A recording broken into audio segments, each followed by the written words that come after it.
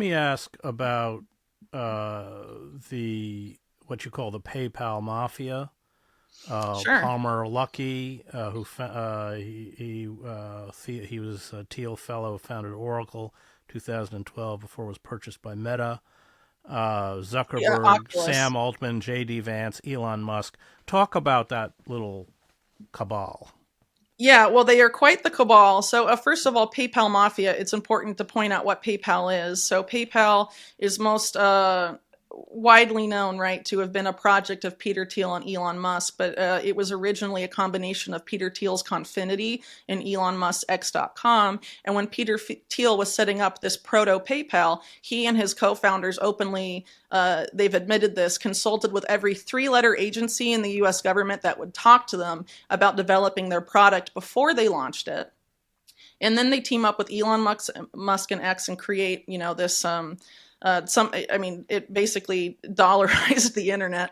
It made the dollar the de facto currency of the internet, and it had a very huge reverberations for the early fintech space. But of course, as I just said, they did this hand in hand with the U.S. government, and it's really no surprise that you see, when it's sold, when they sell PayPal to Pierre Omidyar of eBay, Peter Thiel moves into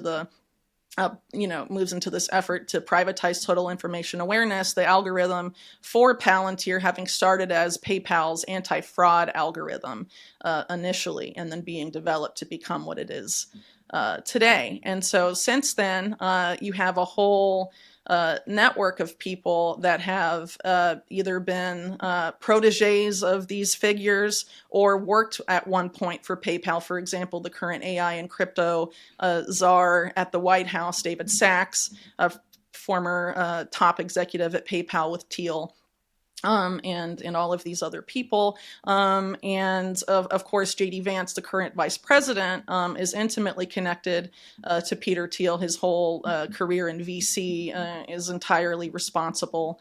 Peter Thiel's entirely responsible for that. And also, Thiel was the main donor to a lot of his political campaigns, and he would not be the vice president if it wasn't for Peter Thiel. He wouldn't even be a politician, probably. So Thiel's influence is incredibly significant. It was also arguably significant during the first Trump administration, but I think now it's quite clear that this is, the PayPal mafia's moment. You've had these particular figures have an extremely significant influence on U.S. government policy, since January, including the extreme distribution of AI throughout the U.S. government.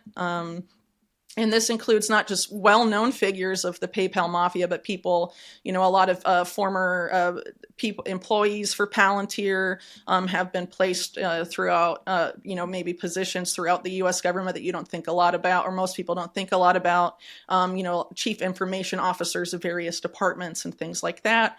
There's a very considerable amount of influence. And what I find particularly troubling about this is that a lot of these PayPal mafia figures, Thiel, Musk, and Vance, among others, are extremely close to, or acolytes, really, of the philosophy advocated by a fellow named Curtis Yarvin, whose in political philosophy is essentially that the way to solve the problems of our current system and current bureaucracy is to basically completely privatize the state and install a CEO in place of the president who would rule essentially as a dictator, which is completely bonkers. And it's amazing that people, have allowed people like Peter Thiel or even Yarvin himself to masquerade as so-called libertarians when they're very in favor of the authoritarian abilities of the state. They just want to sufficiently privatize it before allowing that authoritarianism to continue and expand. And you can also see how a lot of these people are also, war profiteers. Palantir, of course, not only is this tool of mass surveillance, it's a tool of mass murder used by the U.S. Army and also by the IDF to decide who lives and who dies in Gaza. And a lot of these other people that have been Teal proteges, for example, like Palmer Luckey in Anduril, which Luckey co-founded with Trey Stevens, who's also affiliated with the aforementioned Epstein-funded Carbine 911. Anduril is ushering in this era of autonomous warfare and bankrolled, of course, by Peter Thiel. And they're also developing the so-called smart wall on the U.S.-Mexico border. And really, these people are developing very Orwellian, disturbing systems with not just domestic implications, but also very significant implications to how the U.S. Military and other militaries operate abroad. And it's extremely disturbing, to say the very least. And a lot of their branding is, we're America first. And so we should replace the old, defense contractor giants like Lockheed Martin, for example, or General Dynamics and these entities, and framing that as a good thing. This is how we're going to defeat the deep state, right? We're going to remove these. It's correct that they're corrupt and terrible companies that have enabled terrible things, but it's not like Anduril won't enable the same sort of thing. It'll just enable it more efficiently and at greater scale and with less humans involved. And is that necessarily better?